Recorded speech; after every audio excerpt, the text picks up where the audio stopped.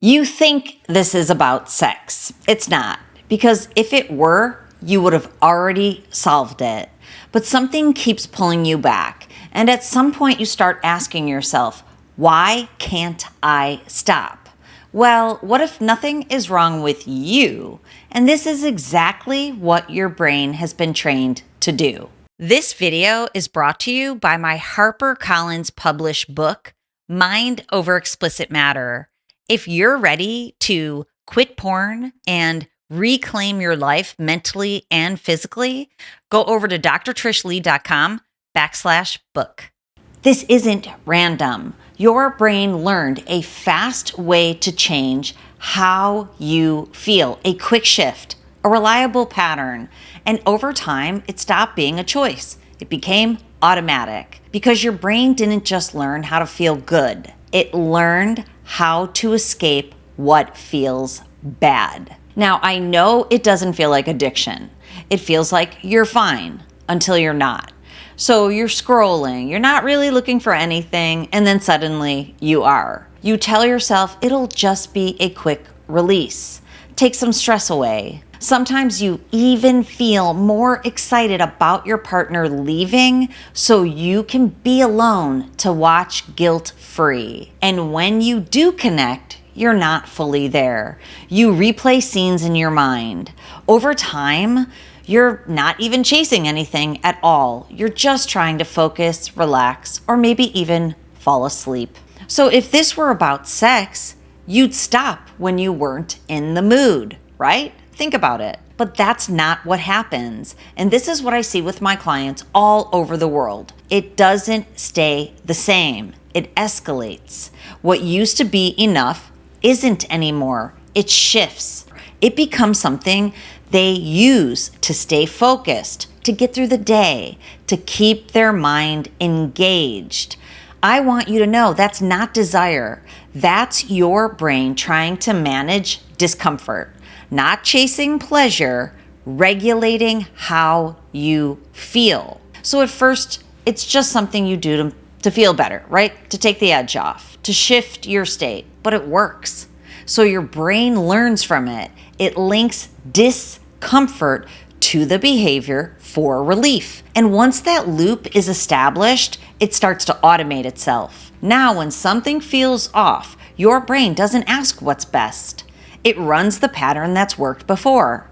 That, my friend, is the miswire. Because instead of solving the problem, your brain learns to escape it. And the more you repeat the loop, the stronger it gets until eventually it doesn't even become a choice. It becomes the default. So now effort feels even harder. Real life feels too slow.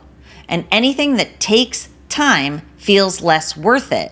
Not because it is, but because your brain has been trained to take the shortcut. And at that point, you're really not choosing it anymore. Your brain is. And that's where the real breakdown in direction begins. Now, this isn't just a theory. It's showing up in real-world data. Studies have found that as exposure increases, the brain becomes less responsive, less sensitive. So what used to activate your system doesn't hit the same anymore. And this is where it gets real.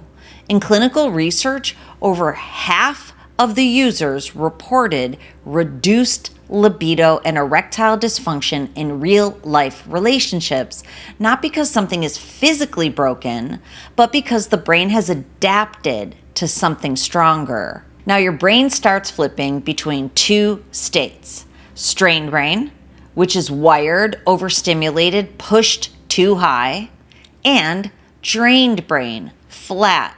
Nothing really lands anymore. It's like revving an engine in the red zone and then wondering why it stalls. And the more you repeat the cycle, the more that becomes your normal. So now it doesn't stay contained. Your focus drops, your drive drops, your response drops. You're trying to show up, but your brain isn't firing the same way anymore. Now, all of our brains learn through repetition. Your brain learns through repetition. That's how this got built. So changing it isn't complicated per se.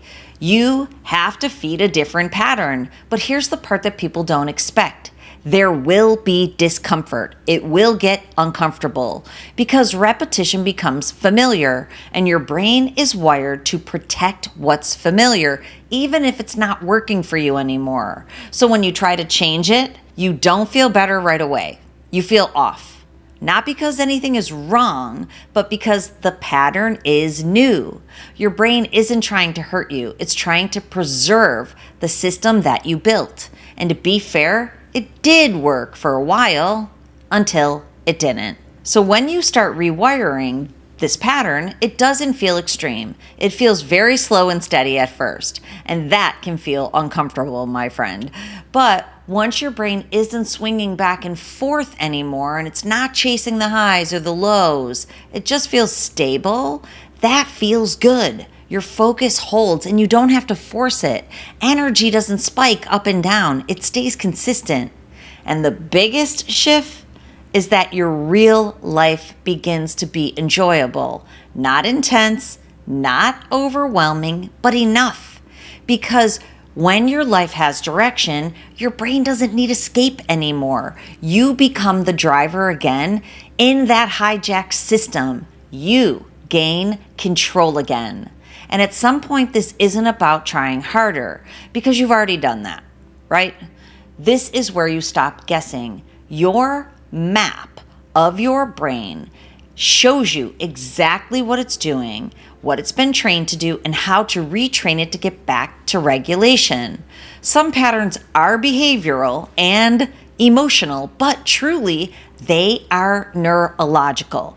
They are brain-based. So guess where they're trained? At the level of the brain. When your brain pattern stabilizes, it shows up as consistency that you can feel. Your focus is there for you. You're motivated again. It's not intense, but it feels great and reliable. Your response with real life partner shows up again. And the biggest shift is that you don't need constant overstimulation to feel okay. Now, you don't fix all of this all at once. You change what your brain sees every single day. Start with your feed, because right now it is training your brain whether you realize it or not. So here's the move. Unfollow anything that spikes you. Not just explicit content, but anything that pulls you into that same old loop. Then replace it. Search and follow long-form content, skill-based content, real-world conversations. Give your brain something slower to engage with, something that requires attention, not just reaction.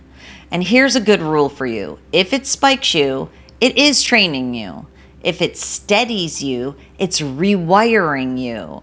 Do that for 7 days. It doesn't have to be perfect, just consistent. Take a second to pause and screenshot your 7-day brain hack on the screen now. This one small action will keep you accountable to the new framework that will help you. I want you to know you can do this. This is what control actually feels like. You're not escaping your life anymore. You're present in it. You're clear. You're steady. And it finally feels good to be back in your own mind. If you're in this pattern and you want to break free, please go over to drtrishleigh.com. Schedule a meeting with me privately. If you're ready for your brain map, get one, sign up for one, because once you see what your brain is doing, then you can change it. I want you to remember, if you don't control your brain, in fact, it will control you. And now is the time to take the control back. See you next time.